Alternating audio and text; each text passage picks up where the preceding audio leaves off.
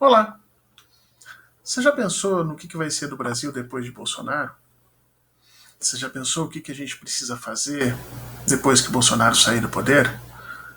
Você já organizou na sua cabeça a ideia de um Brasil pós-Bolsonaro? É isso que a gente vai falar um pouquinho aqui hoje. Bolsonaro não é a causa dos nossos problemas, ele é a consequência.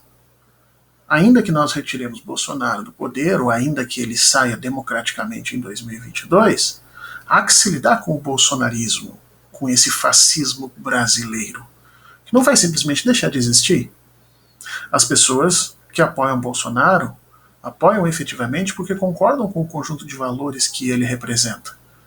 E esse conjunto é racismo, fascismo, violência, pensamento antidemocrático, anticientificista, contra a cultura. E isso tudo não se encerra com a saída dele no governo. E como é que a gente pensa e reorganiza o Brasil pós-22? A gente tem que olhar para os exemplos que já foram feitos. Afinal de contas, nós tivemos processos semelhantes na Europa após a Segunda Guerra. São chamados de processos de desnazificação ou defascistização, que são os dois mais conhecidos, embora isso também tenha ocorrido no Japão e em alguns outros estados. E esses processos passaram necessariamente por 5 etapas. Não foram fáceis, não foram rápidos. Algumas das etapas administrativas se encerraram em 47, 48, no caso da Alemanha em 52, mas o processo todo demorou até a década de 70. E olha que na década de 70 ainda havia um consenso de que não se foi possível destruir completamente o pensamento nazista e fascista, e hoje nós estamos vendo que eles tinham razão. De qualquer forma, eles passaram por 5 passos, 5 etapas necessárias, todas elas precisam acontecer. E elas estão colocadas aqui do ladinho. A primeira das etapas é a responsabilização. Não é possível a gente conseguir se livrar do fascismo se nós não responsabilizarmos social e criminalmente todas as pessoas que tiveram participação efetiva dentro dos processos decisórios que levaram o Brasil a perder 500 mil mortes, por exemplo, que levaram à destruição das nossas instituições e que nos levam continuamente a desacreditar se realmente haverá eleição em 2022. Sem efetivamente a responsabilização dessas pessoas, não há a mínima chance de que a gente venha a eliminar essa chaga que se chama bolsonarismo. Isso foi feito na Alemanha e na Itália durante muito tempo. O elemento mais importante aqui, efetivamente, foi o midiático Tribunal de Nuremberg, mas não é o melhor exemplo. Outras formas de responsabilização também tiveram, durante quase 5 anos, presença em território alemão e em território italiano, delimitando efetivamente quem tinham sido os responsáveis por ação ou omissão naquela brutalidade que o mundo viu acontecer. É necessário que o Brasil responsabilize os agentes políticos que desestabilizaram as nossas instituições e levaram à destruição da nossa economia, ao nosso povo voltar abaixo da linha da fome, e a nós temos 500 mil mortos numa pandemia em que a imensa maioria dos outros países não chega nem a 1/3 proporcionalmente disso. Um segundo passo que foi feito na Itália, na Alemanha e no Japão é o afastamento dessas figuras dos cargos de tomada de decisão dentro dos sistemas públicos ou privados. Isso teve uma grande discussão na época por parte de ingleses e americanos. Porque se de um lado eles entendiam serem necessários os afastamentos de todos os regimes, todos os que apoiavam regimes nazistas e fascistas ou que integravam organizações paralelas, eles também entendiam que era necessário algum grau de, abre aspas, defesa desses países contra o crescimento dos partidos comunistas. E lembra que nós estamos em plena início da Guerra Fria. Então, em alguns momentos, eles fizeram vistas grossas, tanto na Itália quanto na Alemanha, para permitir que alguns indivíduos de pequena periculosidade, que eram de origem ou que tinham participado dos regimes fascistas nazistas, se mantivessem no poder. Mas a regra geral foi o afastamento de todos, por completa incompatibilidade dessas figuras com qualquer sistema democrático, qualquer sistema que defenda direitos especificamente e que entenda que as responsabilidades dos indivíduos devem ser cobradas frente aos seus atos. Um terceiro ponto muito importante, eu diria até que essencial, é o processo de desmilitarização. Fascismo e nazismo andam de mãos dadas com o militarismo. A sociedade civil precisa ter pleno e total controle das forças que usam armas dentro do seu território. Não é mais possível nós termos dois Brasis. Um deles formado por 95, 96% da população que trabalha, que se esforça, que tenta sobreviver e que uma parte significativa dela morre, é torturada, espancada, para sustentar uma outra parte, uma pequeníssima parte dessa população que tem armas e uniformes. Não é possível que o mundo civil fique sempre como refém de uma estrutura militar.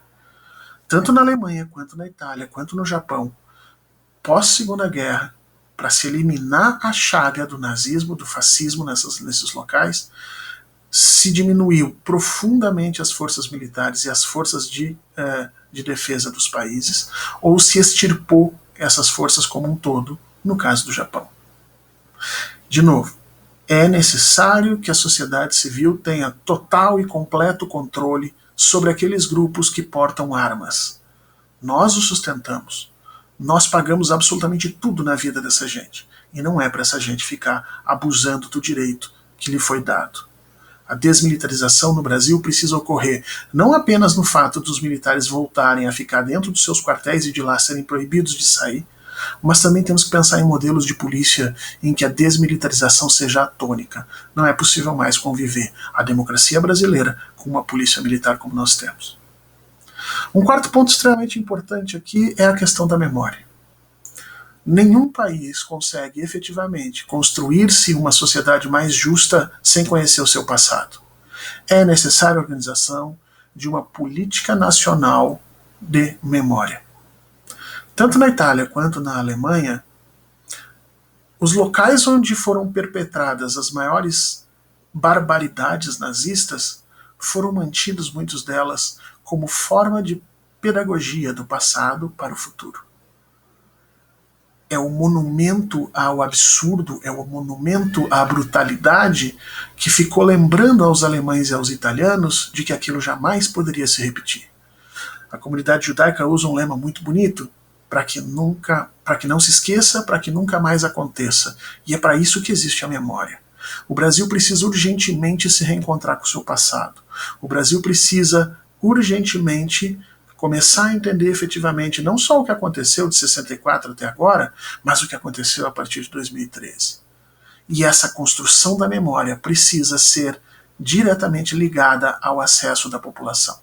Precisamos de monumentos que nos lembrem do que ocorreu, precisamos de museus, precisamos de historiadores engajados, precisamos de uma mídia que faça esse processo de lembrar que nós vivemos um período fascista no Brasil e que 500 mil de pessoas morreram. Além disso tudo, o último ponto desse processo de defascistização ou desnazificação foi dado pelos pesquisadores norte-americanos, liderados pela socióloga ou antropóloga Margaret Mead. Ela descobriu, em pesquisas nos Estados Unidos, que a massa que era apreendida pelas ideias fascistas eram indivíduos cuja solidariedade política não estavam completamente estabelecidas na sociedade. Ou seja, lembra aquele ditado que dizia cabeça vazia, oficina do diabo? É exatamente isso. A Margaret Mead defendeu um programa nos Estados Unidos de que todos os indivíduos fossem incentivados a participar de organizações coletivas.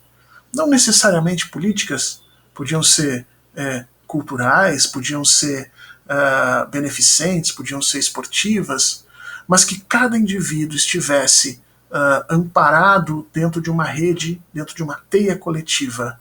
Porque a primeira barreira que nós fazemos contra o fascismo é o olhar de desaprovação daqueles indivíduos próximos a nós. Sem essa participação efetiva da sociedade, fica muito difícil controlar o ressurgimento desse tipo de pensamento. Isso aconteceu nos Estados Unidos e aconteceu também na Europa. O incentivo à participação política é a grande saída para que a gente possa retomar uma vida normal. A solução para o fascismo, e especialmente no caso brasileiro, é voltarmos a entender a política como uma ferramenta de paz e não como um objetivo de guerra.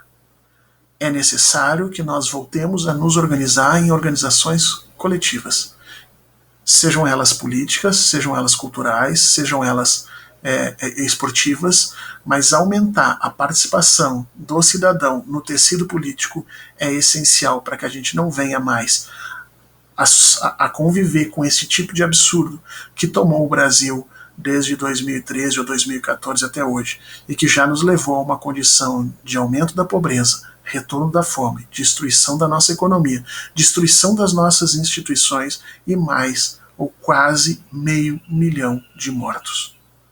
É preciso pensar o Brasil pós-Bolsonaro, e é preciso seguir o exemplo histórico. Um grande abraço.